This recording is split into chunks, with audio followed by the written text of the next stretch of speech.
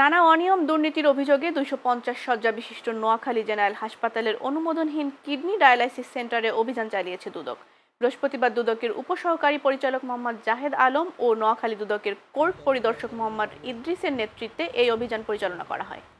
অভিযোগে জানা যায় 250 শয্যা বিশিষ্ট নোয়াখালী জেনারেল হাসপাতালের নিজস্ব ল্যাব থাকলেও সরকারি নিয়মের তোয়াক্কা না করে কিডনি ডায়ালাইসিস ইউনিটে স্বতন্ত্রভাবে আরেকটি ল্যাব পরিচালনা করা হয়।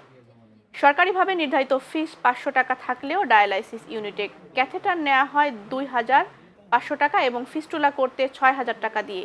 এভাবে প্রতি মাসে এই ইউনিট থেকে কমপক্ষে 20 লাখ টাকা অবৈধভাবে আয় করা হয়।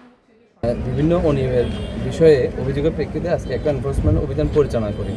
অভিযানের বিষয়ে আমরা এসে অতিরিক্ত ফি আদায় করে এবং রোগীদের থেকে ঘুষ বা অন্যান্য বিষয়ে অসহযোগিতা করে এই বিষয়ে আমরা আসলাম। একটা টিম আসার পরে আমরা আজকে বিভিন্ন জায়গায় পরিদর্শন করলাম এবং কিছু বিষয়ে আমরা অভিযোগের সত্যতা পেয়েছি এবং এই বিষয়গুলো আমরা কাগজপত্র সংগ্রহ করেছি। সংগ্রহ করার পরে আমরা এগুলো প্রতিবেদন আকারে প্রধান কার্যালয়ে প্রেরণ করব। প্রধান কার্যালয় থেকে পরবর্তী ব্যবস্থা গ্রহণ করব।